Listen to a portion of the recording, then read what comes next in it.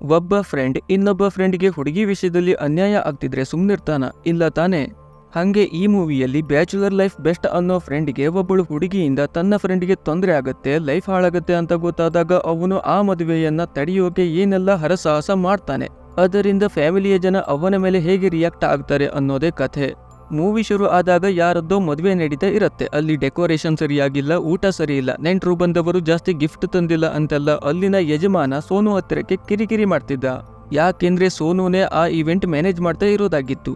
ಇಲ್ಲಿ ಯಜಮಾನನ ಮಧ್ಯೆ ಸಿಕ್ಕಾಕೊಂಡು ಅವನ ಪ್ರಶ್ನೆಗೆ ಎಲ್ಲ ಸೋನು ಉತ್ತರ ಕೊಡ್ತಿದ್ರೆ ಅವನಿಗೆ ಡಿಸ್ಟರ್ಬ್ ಮಾಡೋಕಂತಾನೆ ಟೀಟು ಪದೇ ಪದೇ ಫೋನ್ ಮಾಡ್ತಿದ್ದ. ಸಮಸ್ಯೆ ಸುಧಾರಿಸ್ಕೊಂಡು ಯಜಮಾನನಿಗೆ ಸಮಾಧಾನ ಮಾಡಿ ಕಳಿಸಿ ಟೀಟುನ ಫೋನ್ ಪಿಕ್ ಮಾಡಿ ಏನಾಯ್ತಪ್ಪ ಅಂತ ಕೇಳಿದ್ರೆ ಏನಾಯ್ತು ಅಂತ ಹೇಳೋದು ಬಿಟ್ಟು ಬರೀ ಅಳ್ತಾನೆ. ಬೆಸ್ಟ್ ಫ್ರೆಂಡ್ ಆಗಿದ್ದಕ್ಕೆ ಅವನ ಮನಸ್ಸನ್ನ ಅರ್ಥ ಮಾಡ್ಕೊಂಡ ಸೋನು ಸೀದಾ ಟೀಟು ಇದ್ದಲ್ಲಿ ಹೋಗ್ತಾನೆ. ಅಲ್ಲಿ ಅಳ್ತಾ ಮೂಲೆ ಸೇರಿದ್ದ ಟೀಟುನ ಮಾತಾಡ್ಸಿದ್ರೆ ಅವನಿಗೆ ಹುಡುಗಿಯ ನೆನಪನ್ನ ಅರಗಿಸಿಕೊಳ್ಳೋಕೆ ಆಗ್ತಿಲ್ಲ ಅಂತ ಅಳು ಬರ್ತಿರೋದು ಸೋನುಗೆ ಗೊತ್ತಾಗತ್ತೆ. ಅಂದ್ರೆ ಟೀಟು ಹಾಗೂ ಅವನ ಗರ್ಲ್ ಫ್ರೆಂಡ್ ಮಧ್ಯದಲ್ಲಿ ಬ್ರೇಕಪ್ ಏನೂ ಆಗಿರ್ಲಿಲ್ಲ. ಅವಳು ಇವನನ್ನ ಇಗ್ನೋರ್ ಮಾಡಿಬಿಟ್ಟು ಪಾರ್ಟಿ ಪಬ್ ಅಂತೆಲ್ಲ ತಿರುಗಾಡಿದ್ರೆ ಅವಳು ಬಿಟ್ಟೇ ಹೋದ್ಲು ಅಂತ ತಿಳ್ಕೊಂಡು ಇವನು ಎಮೋಷನಲ್ ಆಗ್ತಿದ್ದ.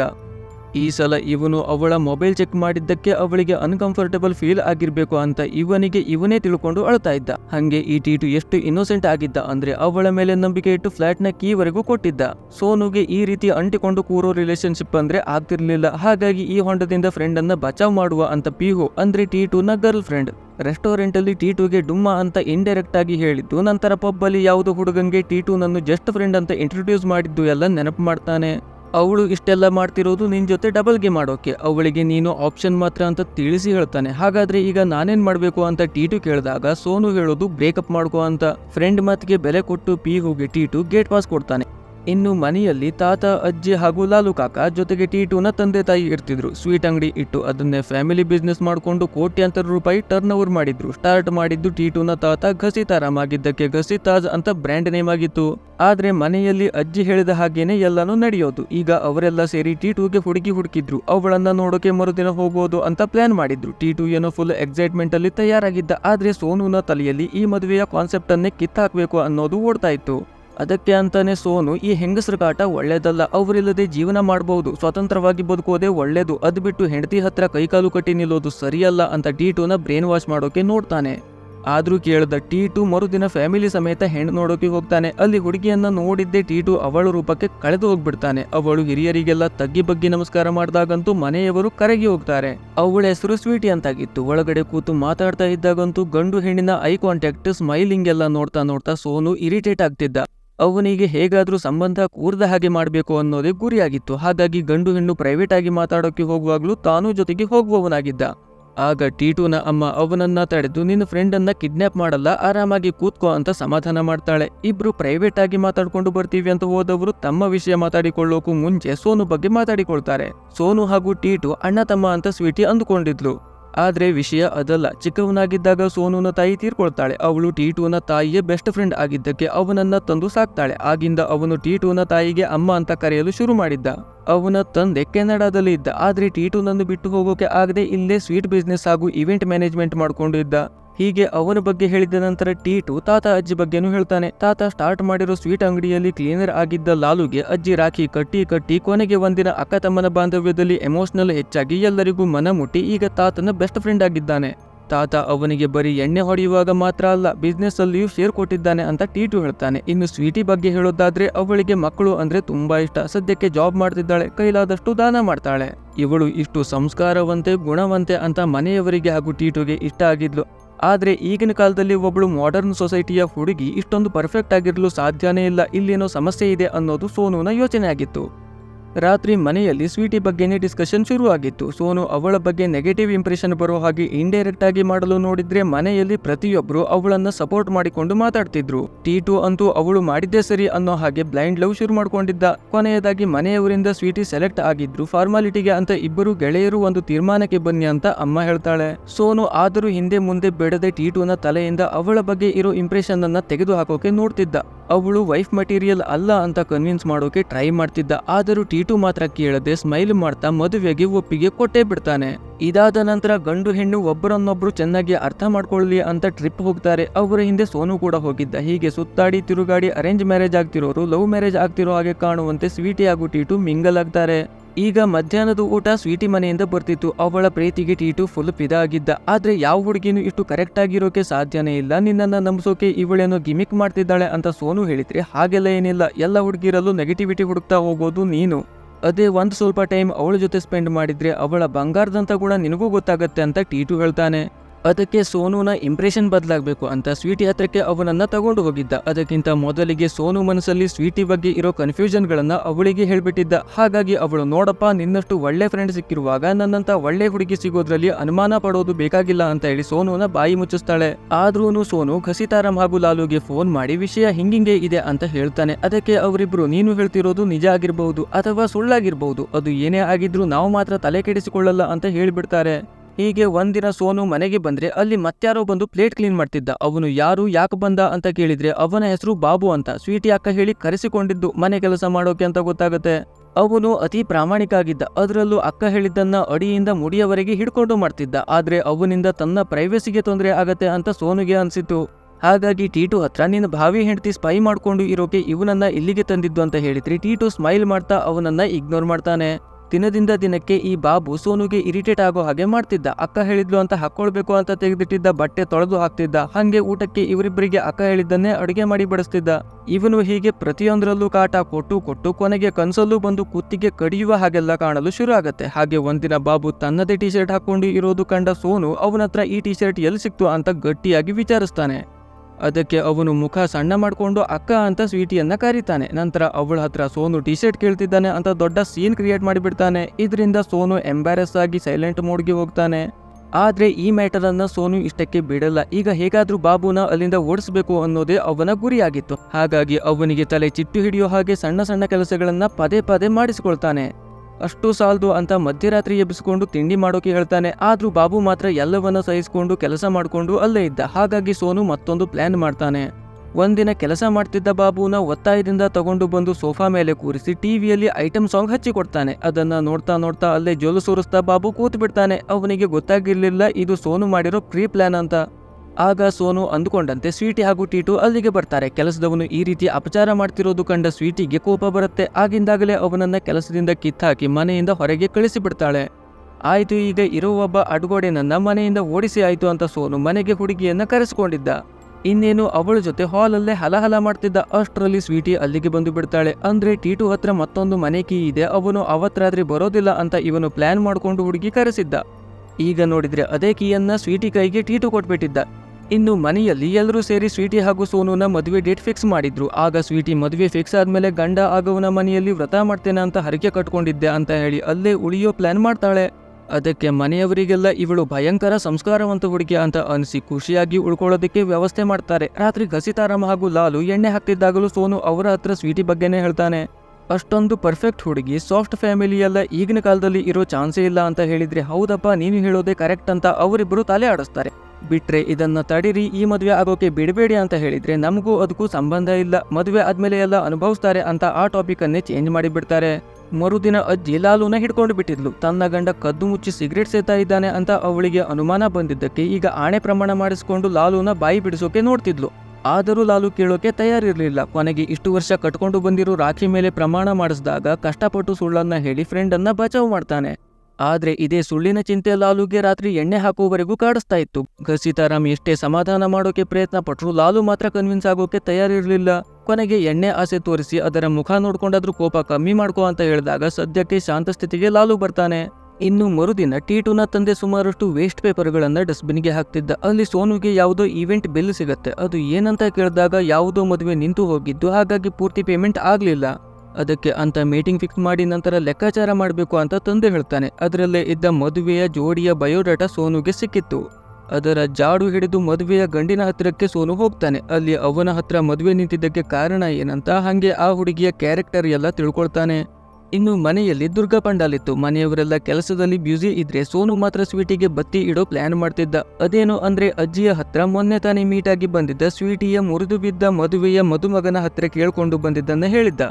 ಹಾಗಾಗಿ ಅಜ್ಜಿ ಈಗ ಸ್ವೀಟಿ ಹತ್ರ ಮದುವೆ ಮುರಿದಿದ್ದು ಯಾಕೆ ಅಂತ ಪ್ರಶ್ನೆ ಮಾಡ್ತಾಳೆ. ಅಲ್ಲಿನ ಸಿಚುವೇಶನ್ ಸ್ವಲ್ಪ ಗಂಭೀರ ಆಗಿರೋದು ಸ್ವೀಟಿಗೆ ಗೊತ್ತಾಗಿತ್ತು. ಹಾಗಾಗಿ ಎಲ್ಲ ಸತ್ಯವನ್ನ ಹೇಳ್ತಾಳೆ. ಅವನೊಬ್ಬ ಪ್ಲೇ ಬಾಯ್ ಆಗಿದ್ದ. ನನ್ ಜೊತೆ ಮದುವೆ ಫಿಕ್ಸ್ ಆದ್ಮೇಲೂ ಮತ್ತೊಬ್ಬಳ ಜೊತೆ ರಿಲೇಶನ್ಶಿಪ್ ಅಲ್ಲಿದ್ದ. ಹಾಗಾಗಿ ನಾನು ಬ್ರೇಕಪ್ ಮಾಡ್ಕೊಂಡೆ ಅಂತ ಹೇಳ್ತಾಳೆ. ಇಷ್ಟಕ್ಕೆ ಮನೆಯವರಿಗೇನೋ ಉತ್ತರ ಸಿಕ್ಕಿತ್ತು. ಆದ್ರೆ ಇದನ್ನೆಲ್ಲ ಹೇಳಿ ತನ್ನ ಮದುವೆ ಹಾಳು ಮಾಡೋಕೆ ನೋಡಿದ್ದು ಸೋನು ಅಂತ ಗೊತ್ತಾದಾಗ ಅವಳಿಗೆ ಮನೆಯವರ ಟ್ರಸ್ಟ್ ಇನ್ನೂ ಗಟ್ಟಿ ಮಾಡ್ಕೊಳ್ಬೇಕು ಅಂತ ಅನ್ಸುತ್ತೆ.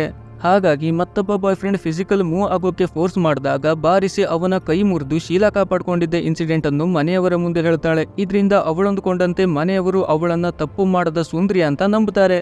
ಸೋನು ಮದುವೆ ಮುರಿಯೋಕೆ ಇಷ್ಟೆಲ್ಲ ಮಾಡ್ತಿರೋದು ಕಂಡು ಟೀಟುಗೆ ಸೋನು ಮೇಲೆ ಬೇಜಾರಾಗಿತ್ತು. ಇದೆಲ್ಲ ನಾವು ಮೊದಲೇ ಡಿಸ್ಕಸ್ ಮಾಡಿದ್ವಿ, ಆದ್ರೆ ಪರ್ಸನಲ್ ಆಗಿರ್ಲಿ ಅಂತ ಮನೆಯವರಿಗೆ ಹೇಳಿರ್ಲಿಲ್ಲ ಅಂತ ಸೋನು ಹತ್ರ ಹೇಳ್ತಾನೆ. ಆಗ ಸ್ವೀಟಿ ಸತ್ಯ ಗೊತ್ತಿಲ್ಲದೆ ಹಾಗೆಲ್ಲ ಆಪಾದನೆ ಹಾಕಬಾರ್ದಿತ್ತು, ಇದರಿಂದ ಎಲ್ಲರಿಗೂ ನಿನ್ ಮೇಲೆ ಬೇಜಾರಾಗಿದೆ ಅಂತ ಹೇಳ್ತಾಳೆ. ಅದಕ್ಕೆ ಒಂದು ಮಾತಾಡದೆ ಸೋನು ಸೈಲೆಂಟ್ ಆಗಿಬಿಡ್ತಾನೆ. ಈಗ ಸೋನುಗೂ ತಾನು ಮಾಡ್ತಿರೋದು ತಪ್ಪು ಅಂತ ಅನ್ಸಿತ್ತು. ಸ್ವೀಟಿ ಒಬ್ಬಳು ಪರ್ಫೆಕ್ಟ್ ಹುಡುಗಿ ಅಂತ ಅಕ್ಸೆಪ್ಟ್ ಮಾಡಿದ್ದ. ಹಾಗಾಗಿ ಎಂಗೇಜ್ಮೆಂಟ್ ದಿನ ಟೀಟುನ ರೆಡಿ ಮಾಡಿಸಿ ಎಲ್ಲ ಮರೆತು ಮತ್ತೆ ಮೊದಲಿನ ಹಾಗೆಯೇ ಮೂವ್ ಆನ್ ಆಗ್ತಾನೆ. ಫಂಕ್ಷನ್ ಮುಗಿದು ರಾತ್ರಿ ಸೋನು ಒಬ್ಬನೇ ಇದ್ದಾಗ ಸ್ವೀಟಿ ಅಲ್ಲಿಗೆ ಬರ್ತಾಳೆ. ಅವನು ಮೊದಲಿಗೆ ಇಲ್ಲಿಯವರೆಗೆ ಮಾಡಿದ್ದಕ್ಕೆಲ್ಲ ಸೇರಿಸಿ ಸಾರಿ ಕೇಳ್ತಾನೆ. ಆದರೆ ಅವಳಿಗೆ ಬಂದಿದ್ದೇ ಇವನಿಗೆ ಚಾಲೆಂಜ್ ಮಾಡೋಕಾಗಿತ್ತು. ಅಂದ್ರೆ ಇವನು ಅಂದುಕೊಂಡಂತೆ ಅವಳದ್ದು ಕ್ಲೀನ್ ಕ್ಯಾರೆಕ್ಟರ್ ಆಗಿರ್ಲಿಲ್ಲ. ಇವರು ಶ್ರೀಮಂತರು, ಬಿಸ್ನೆಸ್ ಮಾಡಿ ದುಡ್ಡು ಮಾಡಿಟ್ಟಿದ್ದಾರೆ ಅಂತ ಟೀಟುನ ಮದುವೆ ಆಗೋಕೆ ತಯಾರಾಗಿದ್ಲು. ಈಗ ಸೋನು ಹತ್ತಿರ ಧೈರ್ಯ ಇದ್ರೆ ಮದುವೆ ತಡಿ, ಅಷ್ಟರಲ್ಲಿ ನಿನ್ನನ್ನ ಮನೆಯಿಂದ ಹೊರಗೆ ಹಾಕ್ಸಿ ಬಿಡ್ತೀನಿ, ಆಮೇಲೆ ಪೂರ್ತಿ ಆಸ್ತಿ ನನ್ನ ಹೆಸರಿಗೆ ಮಾಡಿಕೊಳ್ತೀನಿ ಅಂತ ಚಾಲೆಂಜ್ ಮಾಡ್ತಾಳೆ. ಆಗ ಅಲ್ಲಿಗೆ ಟೀಟು ಬರ್ತಾನೆ. ಇಬ್ರು ಮನಸ್ತಾಪ ದೂರ ಮಾಡ್ಕೊಂಡು ಮಾತಾಡ್ಕೊಂಡು ಇರೋದು ಅವನಿಗೂ ಖುಷಿ ಕೊಡುತ್ತೆ. ಇನ್ನು ಟೀಟು ಹಾಗೂ ಸ್ವೀಟಿ ಸೇರ್ಕೊಂಡು ಹೊಸ ಮನೆ ಖರೀದಿ ಮಾಡುವವರಾಗಿರ್ತಾರೆ. ಸೋನು ಅಂದುಕೊಳ್ತಾನೆ, ಆ ಮನೆಯನ್ನ ಸ್ವೀಟಿ ಹಾಗೂ ಟೀಟು ತಮ್ಮ ಹೆಸರಿಗೆ ಮಾಡ್ಕೊಂಡ್ರೆ ಸೊಸೆ ಬರ್ತಾನೆ ಮಗನನ್ನ ದೂರ ಮಾಡ್ತಿದ್ದಾಳೆ ಅಂತ ಮನೆಯವರಿಗೆ ಅನ್ನಿಸಿ ಸಂಬಂಧ ಕ್ಯಾನ್ಸಲ್ ಮಾಡ್ತಾರೆ. ಮದುವೆ ಮುರಿದು ಬೀಳುತ್ತೆ ಅಂತ ಅವಳ ಬಾಯಿಂದಾನೆ ಈ ಮನೆ ತಮ್ಮಿಬ್ಬರ ಹೆಸರಿಗೆ ಮಾಡಿಕೊಳ್ತಾ ಇದ್ದೇವೆ ಅಂತ ಹೇಳಿಸಲು ನೋಡಿದ್ರೆ ಅವಳ ಪ್ಲಾನ್ ಬೇರೆನೇ ಇತ್ತು. ಈ ಮನೆನ ನಾವಿಬ್ರು ಇನ್ಸ್ಟಾಲ್ಮೆಂಟ್ ಅಲ್ಲಿ ತಗೊಂಡು ಅಮ್ಮ ಹಾಗೂ ಅಜ್ಜಿ ಹೆಸರಲ್ಲಿ ರಿಜಿಸ್ಟರ್ ಮಾಡಿಸೋ ಯೋಚನೆ ಇದೆ, ಯಾಕೆಂದ್ರೆ ಅವರಿಂದಾನೇ ಇಷ್ಟೆಲ್ಲ ಒಳ್ಳೆಯದು ಈ ಕುಟುಂಬಕ್ಕೆ ಆಗಿರೋದು ಅಂತ ಹೇಳ್ತಾಳೆ. ಇದನ್ನ ಕೇಳಿ ಅಲ್ಲಿದ್ದವರೆಲ್ಲ ಫುಲ್ ಇಂಪ್ರೆಸ್ ಆಗ್ಬಿಡ್ತಾರೆ. ಇಷ್ಟು ಒಳ್ಳೆ ತಿಳುವಳಿಕೆ ಇರೋ ಹುಡುಗಿ ನಮ್ಮನೆ ಸೊಸೆ ಆಗ್ತಿದ್ದಾಳೆ ಅಂತ ಅವಳನ್ನ ಹಾಡಿ ಹೊಗಳ್ತಾರೆ. ಹಾಗಾಗಿ ಅಜ್ಜಿ ತಮ್ಮ ದುಡ್ಡಲ್ಲೇ ಮನೆಯ ಪೂರ್ತಿ ಪೇಮೆಂಟ್ ಕ್ಲಿಯರ್ ಮಾಡಿ ಮನೆಯನ್ನು ಸ್ವೀಟಿ ಹಾಗೂ ಟೀಟು ಹೆಸರಿಗೆ ರಿಜಿಸ್ಟರ್ ಮಾಡಿಸಿಕೊಳ್ಳಲು ಹೇಳ್ತಾಳೆ. ಅಲ್ಲಿಗೆ ಸ್ವೀಟಿ ಅಂದ್ಕೊಂಡಂತೆ ಮೊದಲ ಟ್ರಸ್ಟ್ ಕ್ಯಾಚಿಂಗ್ ಕಾರ್ಯಕ್ರಮ ಸರಾಗವಾಗಿ ಆಗಿತ್ತು. ಅವಳ ಈ ಪ್ಲಾನ್ ಗೊತ್ತಿಲ್ಲದೆ ಈಸಿಯಾಗಿ ಕತೆ ಮುಗಿಸಬಹುದು ಅಂತ ಅಂದುಕೊಂಡಿದ್ದ ಸೋನು ಮತ್ತೆ ಸೈಲೆಂಟ್ ಆಗಿದ್ದ. ಮರುದಿನ ರಿಜಿಸ್ಟ್ರೇಷನ್ ಕೆಲಸಕ್ಕೆ ಹೋಗ್ಬೇಕಾದ್ರೆ ಕ್ಯಾಶ್ ತಗೊಂಡು ಹೋಗ್ಬೇಕು ಅಂತ ಅಜ್ಜಿ ಹತ್ರ ಕ್ಯಾಶ್ ಕೊಡೋಕೆ ಸೋನು ಹೇಳ್ತಾನೆ. ಅವಳು ಬೀಗದ ಕೈಯನ್ನ ಇಷ್ಟು ದಿನ ಲಾಲು ಒಬ್ಬನಿಗೆ ಮುಟ್ಟೋಕೆ ಬಿಡ್ತಿದ್ಲು, ಆದ್ರೆ ಈಗ ಆ ಬೀಗದ ಕೈ ಜವಾಬ್ದಾರಿ ಸ್ವೀಟಿ ಮೇಲೆ ಬಂದಿತ್ತು. ಸೋನು ಅವಳನ್ನ ಹೊರಗೆ ಹಾಕಬೇಕು ಅಂತ ಮಾಡಿದ್ರೆ ಅವಳು ಆ ಮನೆಯಲ್ಲಿ ಅವನಿಗಿಂತ ಒಂದು ಲೆವೆಲ್ ಮೇಲೆ ಇರೋಕೆ ಟ್ರೈ ಮಾಡಿ ಸಕ್ಸಸ್ ಆಗ್ತಿದ್ಲು. ಬರೀ ಅಷ್ಟೇ ಅಲ್ಲ, ಟೀಟುನ ಪ್ರತಿಯೊಂದು ಇಷ್ಟ ಕಷ್ಟ ಎಲ್ಲ ಅವಳು ಹೇಳಿದ ಮೇಲೆ ಡಿಸೈಡ್ ಆಗ್ತಿತ್ತು. ವ್ರತ ಅಂತ ಕಾರಣ ಹೇಳಿ ಉಳ್ಕೊಂಡು ಸ್ವಲ್ಪ ದಿನದಲ್ಲಿಯೇ ಎಲ್ಲರ ಮೇಲೂ ಅವಳ ಕಂಟ್ರೋಲ್ ಆಗ್ಬಿಟ್ಟಿತ್ತು. ಇದರಿಂದ ಮತ್ತು ಇರಿಟೇಟ್ ಆದ ಸೋನು ಒಂದಿನ ಅವಳನ್ನ ಪಕ್ಕಕ್ಕೆ ಕರೆದು ಆವಾಜ್ ಆಗ್ತಾನೆ. ಆದ್ರೆ ಅವಳು ಮಾತ್ರ ಕಾಮ್ ಆಗಿ ತಾನೊಬ್ಳು ಅಮಾಯಕಿ ಏನು ಮಾಡೇ ಇಲ್ಲ ಅನ್ನೋ ಹಾಗೆ ಮಾತಾಡ್ತಾಳೆ. ಅವಳ ಮಾತು ಕೇಳಿ ಸೋನು ನಿನ್ನ ಮದುವೆ ಮುರಿಯದೆ ಬಿಡಲ್ಲ ಅಂತ ಚಾಲೆಂಜ್ ಮಾಡ್ತಾನೆ. ಅದಕ್ಕೂ ಅವಳು ರಿಯಾಕ್ಟ್ ಆಗಲ್ಲ. ಯಾಕೆ, ಏನಾಯ್ತು, ಇವಳು ಇಷ್ಟು ದಿನ ಎಗರಾಡ್ತಾ ಇದ್ಲು, ಈಗ ನೋಡಿದ್ರೆ ಸಾಧು ಪ್ರಾಣಿ ತರ ಆಡ್ತಿದ್ದಾಳಲ್ಲ ಅಂತ ನೋಡಿದ್ರೆ ಇವನ ಬಾಯಿಯಿಂದ ಉದುರಿದ್ದ ಅಷ್ಟು ಶಬ್ದವನ್ನ ಅವಳು ರೆಕಾರ್ಡ್ ಮಾಡಿ ಇಟ್ಕೊಂಡಿದ್ಲು. ಇದೇ ಪ್ಲಾನ್ ಇಟ್ಕೊಂಡು ರೆಕಾರ್ಡರ್ ಆನ್ ಮಾಡ್ಕೊಂಡು ಅವನು ಬಂದಿದ್ದ. ಆದರೆ ಅವಳ ಮುಂದೆ ಪ್ಲಾನ್ ಫೇಲ್ ಆಗಿತ್ತು. ರಾತ್ರಿ ಸೋನು ಮನೆಗೆ ಬಂದ್ರೆ ಇವತ್ತು ಅಡುಗೆ ಮಾಡಿದ್ದು ಸ್ವೀಟಿ ಅಂತ ಹೊಗಳ್ತಾ ಎಲ್ಲರೂ ಊಟ ಮಾಡ್ತಿದ್ರು. ಅವಳಿಗೆ ಇಂಥ ಟೈಮಲ್ಲಿ ಟಾಂಗ್ ಕೊಡ್ಬೇಕಂತಲೇ ಸೋನು ಆ ದಿನ ಕಬಾಬ್ ತಂದಿದ್ದ. ಅವನಿಗೆ ಗೊತ್ತಿತ್ತು ಮನೆಯವರಿಗೆ ಯಾವುದು ಫೇವ್ರೆಟ್ ಫುಡ್ ಅಂತ. ಹಾಗಾಗಿ ಅವರೆಲ್ಲ ಚೂಸ್ ಮಾಡಿದ್ದು ಸ್ವೀಟಿ ಮಾಡಿರೋ ಅಡುಗೆನಲ್ಲ, ಸೋನು ತಂದಿರೋ ಕಬಾಬನ್ನ. ಇದು ಅವಳಿಗೆ ಸಖತ್ ಉರಿ ಬೀಳೋ ಹಾಗೆ ಮಾಡಿತ್ತು. ಹಾಗಾಗಿ ಮರುದಿನ ಅಜ್ಜಿ ಅಮ್ಮನ್ನ ತಗೊಂಡು ಮೀಟ್ ಮಾರ್ಕೆಟ್ಗೆ ಹೋಗ್ತಾಳೆ. ಅಲ್ಲಿ ಪ್ರಾಣಿಗಳ ಮಾಂಸ, ಅದರಿಂದ ಬರೋ ಸುವಾಸನೆಯೆಲ್ಲ ಅವರಿಬ್ಬರಿಗೆ ತೋರಿಸಿ ಮನೆಗೆ ಬರುವಷ್ಟರಲ್ಲಿ ಮಾಂಸ ಅಂದ್ರೆ ದೂರ ಓಡೋ ಹಾಗೆ ಮಾಡಿದ್ಲು. ಮನೆಯಲ್ಲಿ ಮಾಂಸ ತಿನ್ನೋಕೆ ಅಂತ ಕೂತಿದ್ದ ಗಂಡಸರಿಗೂ ಬೈದು ಇನ್ಮೇಲೆ ನಾವೆಲ್ಲ ವೆಜಿಟೇರಿಯನ್ಗಳು ಅಂತ ಅಜ್ಜಿ ಅನೌನ್ಸ್ ಮಾಡಿಬಿಡ್ತಾಳೆ. ಸದ್ಯಕ್ಕೆ ಅವರ ಪರಿಸ್ಥಿತಿ ಗಂಭೀರ ಆಗಿದ್ರು ಟೀಟು ಮಾತ್ರ ಹೆಂಡತಿ ಆಗೋವಳ ನಿರ್ಧಾರ ಸರಿಯಾಗಿದೆ. ವೆಜ್ ಮಟನ್ ಅಂತ ಸೋಯಾ ಚಾಪ್ಸ್ ಮಾಡ್ತಾಳೆ, ತಿಂದ್ಬಿಟ್ಟು ಆನಂದ ಪಡಿ ಅಂತ ಹೇಳ್ತಾನೆ. ಅದಕ್ಕೆ ಮನೆ ಗಂಡಸರೆಲ್ಲ ಸೇರಿ ನಿನ್ನ ಫ್ಯೂಚರ್ ತುಂಬಾ ಕೆಟ್ಟದಾಗಿ ಇದೆ, ನಿನ್ನ ಪಾಡು ನಾಯಿ ಪಾಡು ಅನ್ನೋ ಹಾಗೆ ರಿಯಾಕ್ಷನ್ ಕೊಡ್ತಾ ತಲೆ ಸವರಿ ಅಲ್ಲಿಂದ ಹೋಗ್ತಾರೆ. ಸ್ವೀಟಿ ಇಷ್ಟಕ್ಕೆ ಮ್ಯಾಟರ್ ಕ್ಲೋಸ್ ಮಾಡಲ್ಲ, ಇನ್ನು ಮುಂದುವರೆದು ತನ್ನ ಸ್ಥಾನವನ್ನ ಆ ಮನೆಯಲ್ಲಿ ಗಟ್ಟಿ ಮಾಡ್ಕೋಬೇಕಿತ್ತು. ಹಾಗಾಗಿ ಸೋನು ಹತ್ರ ಯಾರಾದ್ರೂ ಒಬ್ಳು ಹುಡುಗಿಗೆ ಮದುವೆ ಆಸೆ ತೋರಿಸಿ ಮಾತು ಕೊಟ್ಟು ನಂತರ ಫಿಸಿಕಲಿ ಬಳಸಿಕೊಂಡು ಅವಳನ್ನ ಬಿಟ್ರೆ ಅಂತವರಿಗೆ ಶಿಕ್ಷೆ ಕೊಡೋಕೆ ತುಂಬಾನೇ ಸೆಕ್ಷನ್ಗಳು ಇದ್ದಾವೆ ಅಂತ ಹೇಳ್ತಾಳೆ. ಸೋನುಗೆ ಇವಳು ಇದನ್ನೆಲ್ಲ ತನ್ನ ಹತ್ರ ಯಾಕೆ ಹೇಳ್ತಿದ್ದಾಳೆ ಅಂತ ಕನ್ಫ್ಯೂಸ್ ಆಗಿತ್ತು. ಆದರೆ ಅವಳ ನೆಕ್ಸ್ಟ್ ಪ್ಲಾನ್ ಕೂಡ ಅದೇ. ಆ ದಿನ ಫ್ಲಾಟ್ಗೆ ಬಂದ ಮೇಲೆ ನಿಧಾನಕ್ಕೆ ಟೀಟುಗೆ ಹತ್ರ ಆಗ್ತಾಳೆ. ಸೋನುನ ಕಣ್ಣು ನಿಧಾನಕ್ಕೆ ಇವರಿಬ್ಬರ ಮೇಲೆ ಬೀಳುತ್ತೆ. ಹೇಳಿದ ಹಾಗೆ ಏನಾದ್ರೂ ಮಾಡ್ಬಿಡ್ತಾಳೆ ಅಂತ ಅವನಿಗೂ ಅನ್ಸಿತ್ತು. ಸ್ವೀಟಿ ಸ್ವಲ್ಪ ಹೊತ್ತು ಟೀಟು ಜೊತೆಗೆ ಅಂಟಿಕೊಂಡು ಕೂತು ನಂತರ ರೂಮ್ ಒಳಗೆ ಹೋಗಿ ಅಲ್ಲಿಂದಾನೇ ಟೀಟುನ ಕರೀತಾಳೆ. ಟೀಟು ಹೋಗೋಕೆ ನೋಡಿದಾಗ ಸೋನು ತಡೆಯೋಕೆ ನೋಡ್ತಾನೆ. ಆದ್ರೂ ಟೀಟು ಹೆಚ್ಚೇನು ಮಾಡ್ಕೊಳ್ಳಲ್ಲ, ನೀನೇನು ಟೆನ್ಷನ್ ತಗೋಬೇಡ, ಜಸ್ಟ್ ಹಾಲು ಕುಡಿದು ಮಲಗಿಬಿಡ್ತೀನಿ ಅಂತ ಹೇಳ್ತಾ ಒಳಗೆ ಹೋಗೇ ಬಿಡ್ತಾನೆ. ಬೆಳಿಗ್ಗೆ ಎದ್ದು ಟೀಟು ಮುಖ ನೋಡಿದ್ರೆ ತುಂಬಾನೇ ಟೆನ್ಷನ್ ಅಲ್ಲಿದ್ದ. ಯಾಕೆಂದ್ರೆ ರಾತ್ರಿನೇ ಎಲ್ಲ ಮುಗಿದಿತ್ತು. ಈಗ ತನ್ನ ನಡತೆ ಬಗ್ಗೆ ಸ್ವೀಟಿ ಏನಂದುಕೊಳ್ತಾಳೋ ಏನೋ ಅಂತ ತಲೆ ಬಿಸಿಯಾಗಿತ್ತು. ಆದರೆ ಅವಳು ಏನೂ ಆಗಿಲ್ಲ, ನಾವಿಬ್ರು ಮದುವೆ ಆಗೋರು, ಈ ರೀತಿ ಇನ್ಸಿಡೆಂಟ್ ಮುಂದೆ ಆಗೇ ಆಗ್ತಿತ್ತು, ಅದು ಹೀಗೆ ಆಯ್ತು ಅಂತ ಅವನನ್ನೇ ಸಮಾಧಾನ ಮಾಡ್ತಾಳೆ. ಅರೇ ಇವಳ ಎಲ್ಲ ಅಂದುಕೊಂಡಂತೆ ಮಾಡ್ತಿದ್ದಾಳಲ್ಲ ಅಂತ ಸೋನುಗೆ ಈಗ ಮತ್ತೂ ಕೋಪ ಬಂದಿತ್ತು. ಪ್ರತಿ ಹೆಜ್ಜೆಯಲ್ಲೂ ಸೋನು ಸೋಲ್ತಾ ಇದ್ದ. ಅವಳು ಈ ರೀತಿ ಡಾಮಿನೇಟ್ ಮಾಡ್ತಾ ಇರೋದನ್ನ ಘಸಿತಾರಾಮ್ ಹಾಗೂ ಲಾಲು ಹತ್ರ ಹೇಳ್ಕೊಂಡ್ರೆ ಅವರಿಬ್ಬರು ತಲೆ ಕೆಡಿಸಿಕೊಳ್ಳಲ್ಲ.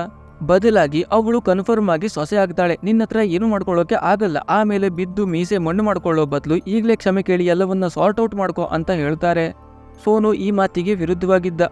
ಇವಳು ಚಾಲೆಂಜ್ ಮಾಡಿದ್ದಾಳೆ, ಹಾಗಾಗಿ ಬುದ್ಧಿ ಕಲಿಸದೆ ಬಿಡೋ ಮಾತೇ ಇಲ್ಲ ಅಂತ ಹಠ ಹಿಡಿದಿದ್ದ. ಈಗ ಸೋನು ಹೊಸದಾಗಿ ದೊಡ್ಡ ಪ್ಲಾನ್ ಮಾಡಿದ್ದ. ಅಂದ್ರೆ ಮದುವೆಗೂ ಮುಂಚೆ ಬ್ಯಾಚುಲರ್ ಪಾರ್ಟಿ ಆಗದೆ ಇದ್ರೆ ಮದುವೆ ಆಗೋ ಪ್ರಯೋಜನ ಇಲ್ಲ ಅಂತ ಮನೆಯವರೆಲ್ಲರ ಹತ್ರ ಪಟ್ಟು ಹಿಡಿದಿದ್ದ. ಅದಕ್ಕೆ ಒಂದು ಕಂಡೀಷನ್ ಇತ್ತು, ಮದುವೆ ಸದ್ಯದಲ್ಲೇ ಇಟ್ಕೊಂಡು ಬರೀ ಹುಡುಗರನ್ನ ಕಳಿಸೋದು ಸರಿ ಅಲ್ಲ ಅಂತ ಅವರಿಬ್ಬರ ಜೊತೆಗೆ ಘಸಿತಾರಾಮ್ ಹಾಗೂ ಲಾಲುನನ್ನು ಅಜ್ಜಿ ಕಳಿಸುವ ನಿರ್ಧಾರ ಮಾಡ್ತಾಳೆ. ಮನೆಯವರ ಜೊತೆಗೆ ಸ್ವೀಟಿ ಕೂಡ ಪರ್ಮಿಷನ್ ಕೊಟ್ಟಾಗ ತಡ ಮಾಡದೆ ಆಮ್ಸ್ಟರ್ಡ್ಯಾಮ್ಗೆ ಸೋನು ಟಿಕೆಟ್ ಬುಕ್ ಮಾಡ್ತಾನೆ. ಆಮ್ಸ್ಟರ್ಡ್ಯಾಮ್ ಅಲ್ಲಿ ಪಬ್ಬು ಪಾರ್ಟಿ ಅಂತ ಜೋರಾಗಿ ಎಂಜಾಯ್ ಮಾಡ್ತಾರೆ. ಆಗ ಅಲ್ಲಿ ಎಲ್ರಿಗೂ ಸರ್ಪ್ರೈಸ್ ಕೊಡೋಕೆ ಅಂತ ಒಬ್ಳು ಹುಡುಗಿ ಬಂದಿದ್ಲು. ಅವಳು ಮತ್ಯಾರು ಅಲ್ಲ, ಇದೇ ಟೀಟೂನ ಎಕ್ಸ್ ಗರ್ಲ್ ಫ್ರೆಂಡ್ ಪಿಹು.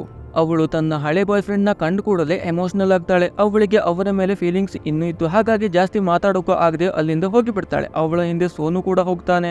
ಅಲ್ಲಿ ಸೋನು ಅವಳಿಗೆ ಸಮಾಧಾನ ಮಾಡ್ತಾನೆ. ನಾನು ಇಲ್ಲಿಗೆ ನಿನ್ನನ್ನ ಕರೆಸಿರೋದು ಹೀಗೆ ಅವನ ಮೇಲೆ ನಿಂಗಿರೋ ಫೀಲಿಂಗ್ಸ್ ಶೇರ್ ಮಾಡೋಕಲ್ಲ, ಅವನನ್ನ ಬಿಟ್ಟ ಮೇಲೂ ನೀನು ಖುಷಿಯಾಗಿ ಇದ್ದೀಯಾ ಅಂತ ಕಾಣಿಸಿ ಹೊಟ್ಟೆ ಉರಿಸೋಕೆ.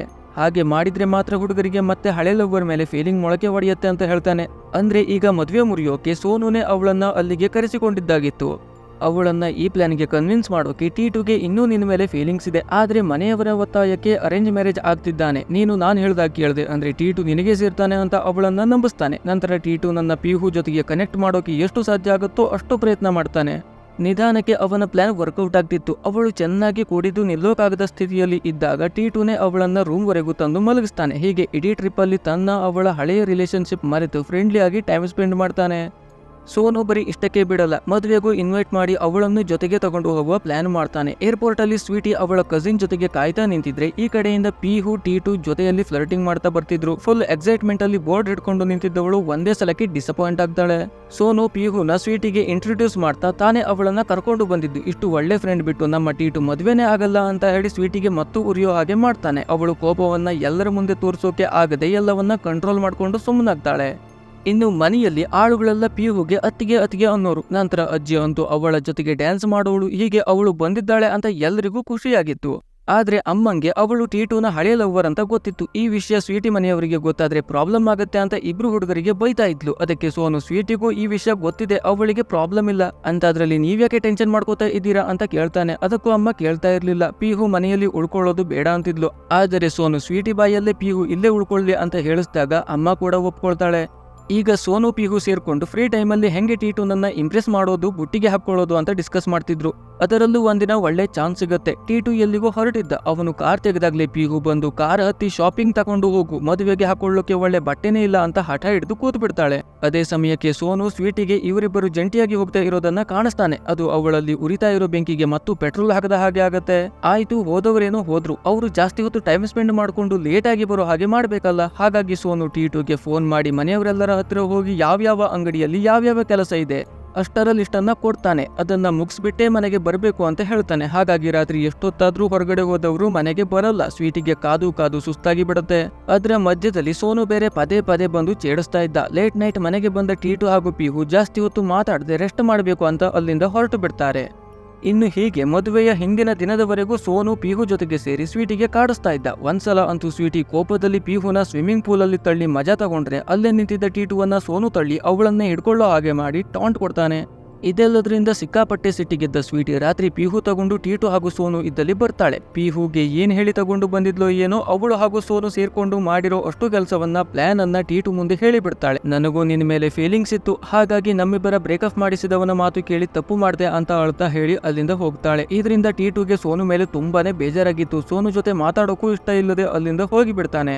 ಅವನು ಹೋದ್ಮೇಲೆ ಸೀಟಿ ತಾನೇ ಗೆದ್ದೆ ಅಂತ ಸ್ಮೈಲ್ ಮಾಡ್ತಾ ಸೋನುಗೆ ಉರಿಯೋ ಹಾಗೆ ಮಾಡಿ ಅಲ್ಲಿಂದ ಹೋಗ್ತಾಳೆ. ಮದುವೆ ದಿನ ಅರಿಶಿನ ಶಾಸ್ತ್ರ ಮುಗಿದ ಮೇಲೆ ಸೈಲೆಂಟ್ ಆಗಿ ನಿಂತಿದ್ದ ಸೋನು ಹತ್ರಕ್ಕೆ ಸ್ವೀಟಿ ಬರ್ತಾಳೆ. ಆಯ್ತು, ಇನ್ನೇನು ಮದುವೆನೂ ಆಗ್ಬಿಡತ್ತೆ. ಕೊನೆಗೂ ನಿನ್ನ ಫ್ರೆಂಡ್ಗೆ ಸತ್ಯ ತಿಳಿಸೋಕಾಗದೆ ಸೋಲು ಒಪ್ಪಿಕೊಂಡ್ಯಾ. ನಿನಗೆ ಗತಿ ಕಾಣಿಸ್ತೀನಿ ಅಂತ ಗೊತ್ತಿತ್ತು, ಆದ್ರೆ ಆ ದಿನ ಇಷ್ಟು ಬೇಗ ಬರುತ್ತೆ ಅಂತ ಗೊತ್ತಿರ್ಲಿಲ್ಲ ಅಂತ ಹೇಳ್ತಾಳೆ. ಅದಕ್ಕೆ ಸೋನು, ಇಲ್ಲಿವರೆಗೆ ನಿನ್ನನ್ನ ಹೇಗೆ ಸೋಲ್ಸೋದು ಅಂತ ಯೋಚನೆ ಮಾಡ್ತಿದ್ದೆ, ಆದ್ರೆ ಇನ್ಮೇಲೆ ನನ್ನ ಗುರಿ ಏನಿದ್ರು ಟೀಟು ನನ್ನ ಕಾಪಾಡೋದು ಮಾತ್ರ. ಪ್ರೈಮರಿ ಅಲ್ಲಿ ತೊಂದರೆ ಕೊಟ್ಟವರನ್ನೇ ಬಿಡ್ಲಿಲ್ಲ, ಇನ್ನು 3-4 ತಿಂಗಳ ಹಿಂದೆ ಸಿಕ್ಕಿದ ನಿನ್ನನ್ನ ಯಾವುದೇ ಕಾರಣಕ್ಕೂ ಬಿಡಲ್ಲ ಅಂತ ಹೇಳ್ತಾನೆ. ರಾತ್ರಿ ಮದುವೆ ಮಂಟಪದಲ್ಲಿ ಗಂಡು ಹೆಣ್ಣಿನ ಜೊತೆಯಲ್ಲಿ ಸೋನು ಕೂಡ ಇದ್ದ. ಅಲ್ಲಿ ಎಮೋಷನಲ್ ಆದ ಸೋನು, ನಿನಗೆ ನಾನು ಬೇಕೋ ಇಲ್ಲ ಇವಳು ಬೇಕೋ, ಫ್ರೆಂಡ್ಶಿಪ್ ಬೇಕೋ ಇಲ್ಲ ಲವ್ ಬೇಕೋ ಡಿಸೈಡ್ ಮಾಡು ಅಂತ ಹೇಳ್ತಾ ಕಣ್ಣೀರು ಹಾಕ್ತಾ ಅಲ್ಲಿಂದ ಹೋಗ್ಬಿಡ್ತಾನೆ. ಇದು ಟೀಟು ಮನ್ಸಲ್ಲಿ ತುಂಬಾನೇ ಎಫೆಕ್ಟ್ ಮಾಡಿತ್ತು. ಯಾಕೆಂದ್ರೆ ಅವನು ಸೋನು ಕಣ್ಣೀರ್ ಹಾಕಿದ್ದನ್ನ ಯಾವತ್ತೂ ಕಂಡಿರ್ಲಿಲ್ಲ. ಹಾಗಾಗಿ ಅದಕ್ಕೆ ಬೆಲೆ ಕೊಟ್ಟು ಮದುವೆ ಬೇಡ ಅಂತ ಹೇಳಿ ಮಂಟಪದಿಂದ ಹೋಗಿಬಿಡ್ತಾನೆ. ಅವನ ನಿರ್ಧಾರ ಕಂಡು ಸ್ವೀಟಿ ಸೈಲೆಂಟ್ ಆಗಿಬಿಡ್ತಾಳೆ. ಹೀಗೆ ಕೊನೆಯದಾಗಿ ಪ್ರೀತಿಗಿಂತ ಸ್ನೇಹಿತನೇ ಮುಖ್ಯ ಅಂತ ಟೀಟು ನಿರ್ಧಾರ ಮಾಡಿದ್ದ.